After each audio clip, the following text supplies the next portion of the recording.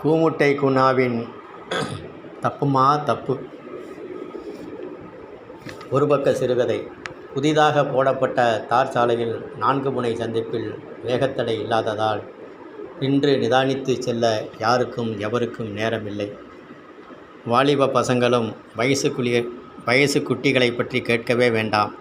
வெட்கப்பட வேண்டிய பெண் இனமே வெட்கமில்லாமல் கட்டி பிடித்து கொண்டு பறப்பதை பார்த்து சங்கடப்பட்டு பார்வையை திருப்பியவர் சாலையை கடக்க முயல, வேகமாக சாலையை கடக்க காலில் உள்ள செருப்பு நழுவ கீழே விழப்போனவர் கையை ஊண்டி எழுந்து நடப்பதற்குள் சினிமாவில் வரும் சண்டை காட்சியைப் போல சுற்றிலும் 2 சக்கர வாகனங்கள் கூட்டம் கூடிவிட்டது. பயத்தில் பதறியவர், ஏண்டா நின்று வரமாட்டியா என்றார் கண்ணில் கனல் தெரிக்க. ஐயா, நீங்கள் தான் சாலைக்கு குறுக்கே போகிறீங்க, பார்த்து போகணும் என்றான் ஒருவன்.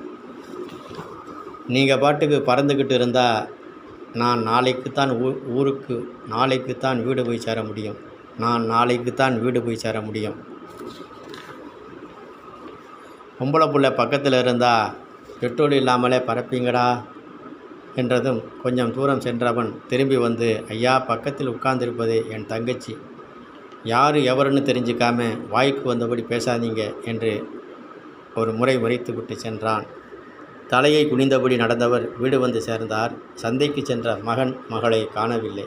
திரும்பி பார்த்தார். 2 சக்கர வாகனத்தில் தூரத்தில் வந்தனர்.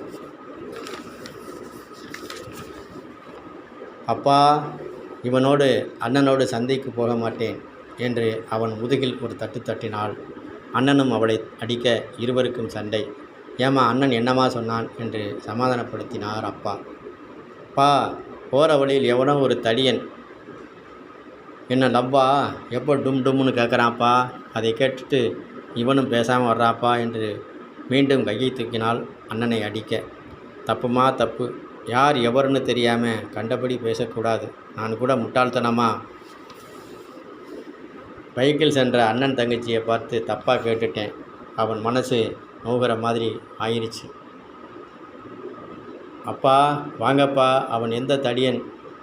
அந்த தடியன் கோயிலுக்கு பக்கத்தில் தான்ப்பா நிற்கிறான், அவனை 2 போடு போடணும் என்று அப்பா கையை பிடித்து இழுக்க, அந்த குரங்கு பைய எந்த சிக்னலில் பறந்துக்கிட்டு இருக்கானோ, யார் எவருன்னு தெரியாமல் எங்கே போய் கண்டுபிடிப்ப என்று மகள் முதுகில் ஒரு போடு போட்டு கையை பிடித்து வீட்டுக்குள் இழுத்து சென்று கதவை சாத்தினார் அப்பா.